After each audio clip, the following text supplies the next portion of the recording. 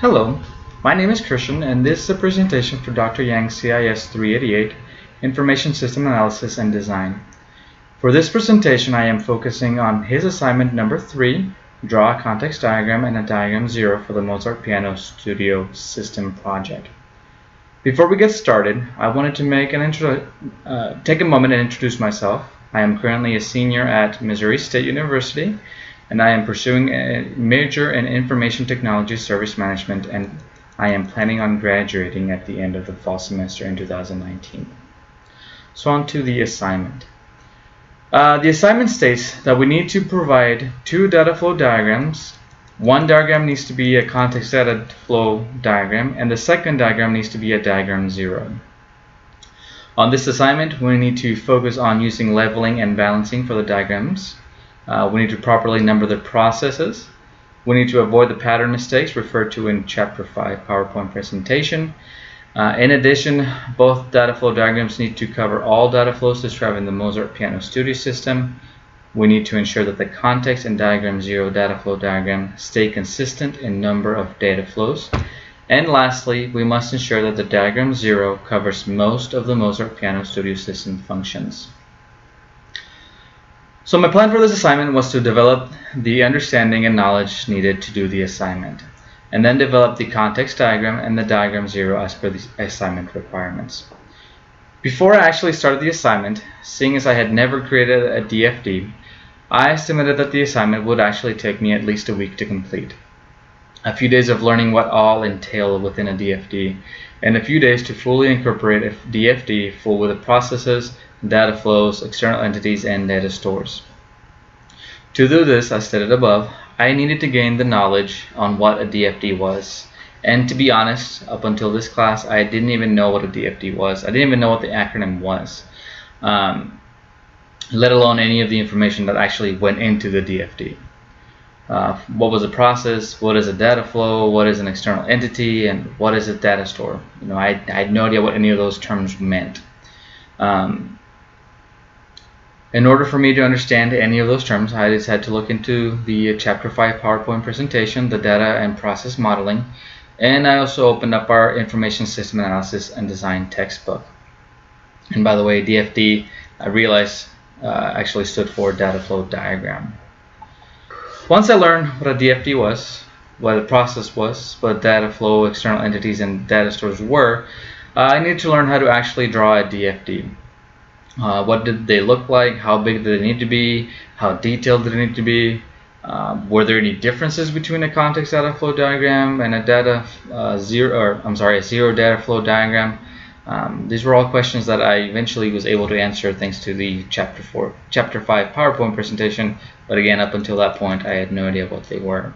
Since the context diagram only shows a process, data flows from the process to external entities and external entities, it is considered the most basic of the diagrams, so I started with that diagram. To begin the assignment, I looked over the Mozart Piano Studio System details, which included all of the processes, the data flows, external entities, and data stores in paragraph form. I went through each paragraph of the document trying to pick out the most relevant information needed for the data flow diagram. A data flow diagram, by the way, shows the logical process of the system, not how the system does any actual processing. It shows what happens on a surface level, not on the detail side or any coding. For example, in the assignment, I created an external entity called students. The external entity provided a data flow into the Mozart Piano Studio system named register into the system, but in no way, shape, or form did it describe or show how the student actually registered into the system. So moving on. The simplest method of creating the data flow diagram was to find the external entities first. So upon analyzing the document, I was able to get 3 external entities: students, volunteers or teachers, and operating officer. Then I had to analyze the document once again to figure out what these external entities were doing to the system. What type of data flow were they sending the system, or vice versa, was the system sending any data flow to them?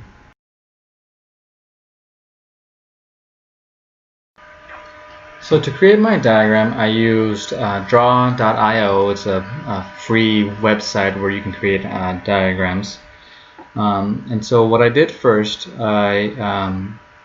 First, I selected a box from, you can see from over here the elements we have on the left side. And I just named it the Mozart Piano Studio, and I gave it the 0 reference number there so we can identify it that way. And then I created external entities, and we want to make sure that all the external entities have the same shape. So since I already knew that I needed 3 external entities, I just created 3 boxes and named them accordingly. We have the operation officer, the volunteer teacher, and then the students' external entities. And then looking through the system requirements, I picked out the data flows that needed to be created from each external entity into the system. So operation officer had enter volunteer information, and then they also had register the volunteer as teacher. Now, some of the guidelines when it comes to this DFDs is you don't want to cross your arrows. It just looks convoluted, can mess up with the information. So you want to keep this as neatly and organized as possible. And as you can see, I moved around the name or the data flow information within the arrow there. And then for teachers and volunteers, one of the data flows was offer 1-hour lessons, and then the second one that I created was maintain a log for notes on students, including their attendance record. And then for students to the system, we have register into the system, and then reserved lessons. And again, I just moved the information around so it looked neater. And the last one was send email or text notifications regarding new lessons, teachers logs, etc. But as you can see, we have the arrow pointing the other way, and that's because the students are not sending that into the system. They're not sending data into the system for that emails or text, but the system is actually sending it out to the students, which is received from the teachers and volunteer section right here. And then as the system develops, it is very helpful to have notes on the diagram to see what all is going to be happening. So I added a few notes onto the diagram. The first one here just says the operation officer is in charge of recruiting and interviewing teachers. The second one I created is the volunteers must have Skype and hold their lessons via Skype. And then the last one I created was the volunteers must have Skype, and the last one was a system will store lessons dates and time. And so that just keeps us, basically gives information as how we're going to proceed through the system.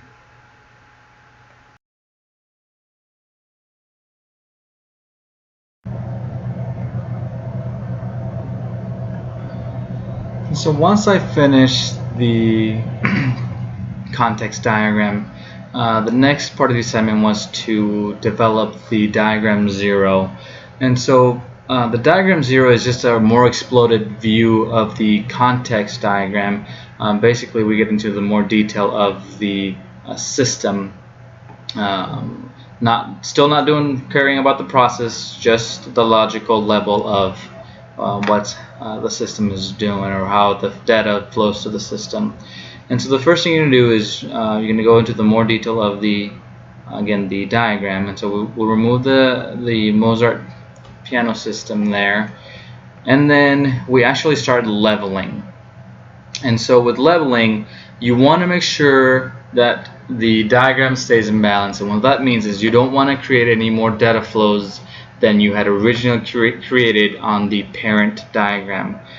So you want to make sure that every single one of these data flows stays exactly the same. Now there is going to be one quick change, and you'll see that at the end, and I'll explain why that's changed. But the number of data flows is the same, and I'll explain that again here in a second. So I created the first level, and I just named it registering volunteers as teachers, and I just moved it around so that it created space through the diagram. And then the next level that I created, level 2, was schedule a lesson, and I made sure that the data flow from the volunteer teacher went into the data flow offer 1 hour lessons from volunteer teacher went into the schedule a lesson level there. And then I shifted some things around. I created this time a data store of the teacher's log. And so the teacher's log receives information from the volunteer teacher regarding the notes on the student, the attendance record, for example. And then that data store sends data to the students in regards to that information sent from the teachers to this data store, to the data store, to the student. Then I created another level here, level 3, and that is the student registration, and I moved the register into the system data flow onto it. And again, I just had to shift things around so that every data flow was available, or it was able to read it. And then the last one that I point out here is students reserve lessons. The students are able to reserve the lesson based on the schedule provided by the teacher. And then this is where I was talking about how I had to not add another data flow, but fix it. So what I mean by that is we had the data flow that went from the system to the students.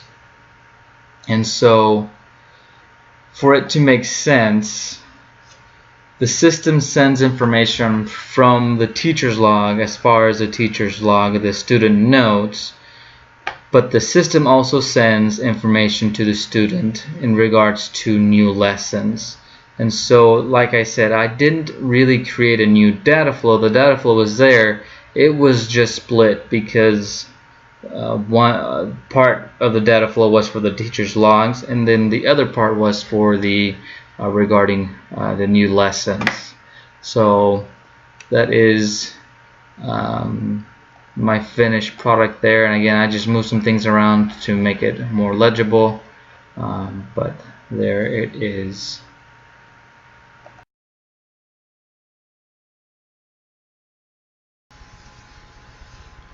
So in conclusion, this assignment was not easy, but it wasn't really hard. It just took a lot of time because of all the learning that I had to do. It really took dedication on my part to fully understand what the requirements were for the assignment. It also took a lot of effort to learn everything I needed to fulfill the assignment. With this assignment, I learned a lot about data flow diagrams, specifically everything that goes within each diagram. And it was very, very important for me to really understand what a process, data flow, data store, and external entities were, not just for the assignment, but for my career goals itself. Thank you.